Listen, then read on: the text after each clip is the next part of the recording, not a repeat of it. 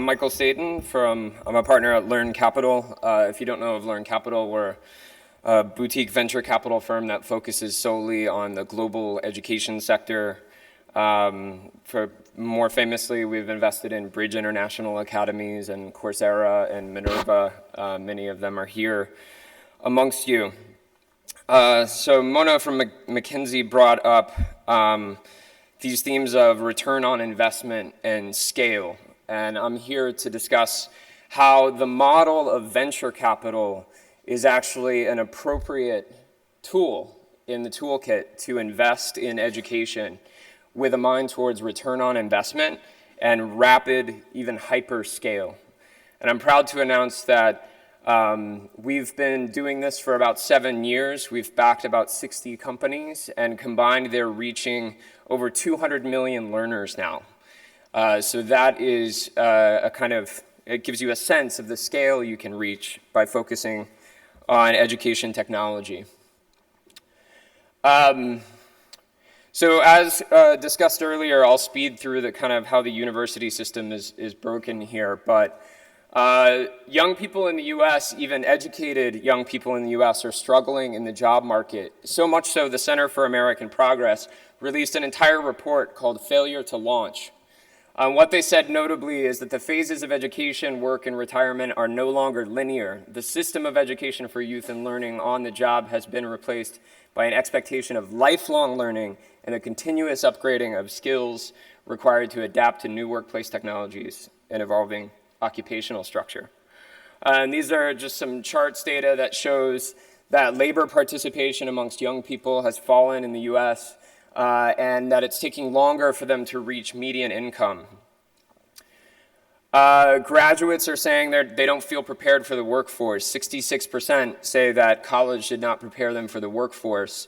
The university curriculum is not aligned to needs in the job market, so the number of STEM majors has actually declined. The number of computer science majors has not gone up, even though there are 1.5 million projected unfilled jobs in computer science. And in addition, in the US, we've encouraged a lot more people to go to college, but the Gates Foundation did a longitudinal study tracking nearly 2 million students, and they found that of college-bound middle school students, high-income students are graduating from college at 82%, low-income students are graduating at 8%, so we're failing to serve the diverse students that are coming to our university system.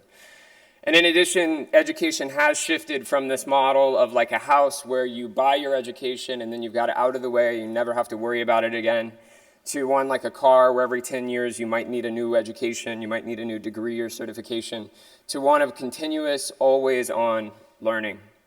As I've come to this region for the past 3 years for WISE and other events, one of the things that's been clear is that youth unemployment and youth underemployment is a particularly grave challenge in this region. It's a grave challenge globally, but even particularly in this region. And a lot of resources are being mobilized around funding the university system, the education system, and that is great. But my message here is actually that we need to spend less energy funding the education system as we know it, and spend more energy funding our education innovation ecosystem. We need to spend more energy funding our education innovation ecosystem. So the existing kind of model of investment is to bring branch campuses to invest in elite universities that compete with other universities in the world, but that doesn't solve the structural youth unemployment problem or challenge. And resources are being mobilized in mind-boggling sums. So when I was doing research, this is the kind of statement I kept finding. Abu Dhabi needs to invest $1 billion in research institutions. So the amount of money we're talking about going into the education system is in the billions, for sure. So in presenting venture capital, we think about innovation theory. We think about decentralization and disintermediation. We think about disruption, new market disruption, new business models that start at the low end and learn to compete. We think about unbundled value propositions. So education is a complex bundle of services, and we think about how do you unbundle that and serve against the unbundling. And this is actually the kind of chart that I think that is most important. So we recently closed on a $100 million fund, and this is our kind of like theoretical return scenario.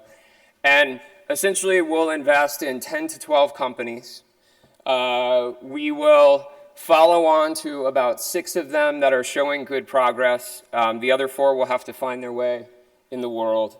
And ultimately, we'll actually be able to return capital to our limited partners as we invest in these companies. And just some examples of companies that we have funded. So again, we're reaching now 200 million learners. Our companies are reaching 90,000 learners per employee on average. As an example of the scale you can reach, 3 companies that serve practice problems to learners served over $1 billion in the past 12 months. So we funded companies like General Assembly, which now is a 6-year-old company. It now has 14 campuses. It'll get close to graduating 10,000 students by now. They train people to get engaged in new economy skills. People leave 3-month programs with General Assembly and have starting salaries above $90,000 a year. And they're growing by 100% year over year. Coursera now serves 15 million unique learners around the world. They have a significant presence in emerging markets. They now have a specializations product where you can buy a sequence of courses that align to skills that are needed in the job market. Specializations are now accepted in Mexico as a way to increase your earning potential if you're a government employee. Udemy is a marketplace for courses online. They now have a library of over 30,000 unique courses. They're now nearing $1 billion valuation. Creative Live has served 2 million unique learners. They're serving over 1 million live educational hours per month. What they do is they live stream workshops from a studio that they have in their office.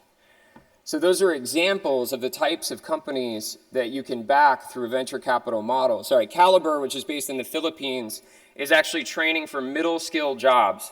They train people to work in business process outsourcing companies in the Philippines, entry-level white-collar jobs like call center operators. And they've served thousands of learners through a learning cafe model. So these are examples of the types of companies that you can back. And these companies grow after you invest in them. And some of them have growth rates of 100% or more per year and are achieving scale that is somewhat unprecedented in the education space. So I've been honored to be involved with the WISE Accelerator, which has a number of startup companies involved in it. And I've also been lucky enough to meet a lot of entrepreneurs from this region. And there's no ed tech venture capital in this region, right? There's a company that teaches Arabic music instruments online. And they had to come to Silicon Valley to try to raise funding because there's no venture capital here in a place that's awash with capital. I mean, the Qatar Investment Authority, Abu Dhabi Investment Authority combined have $1.5 trillion, and these people are trying to raise maybe $500,000 and can't find it. There's another company that's here with us at this conference that teaches the Arabic language scalably and online.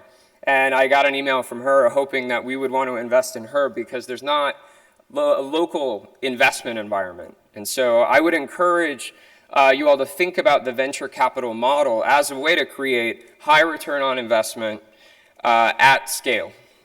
Thank you very much.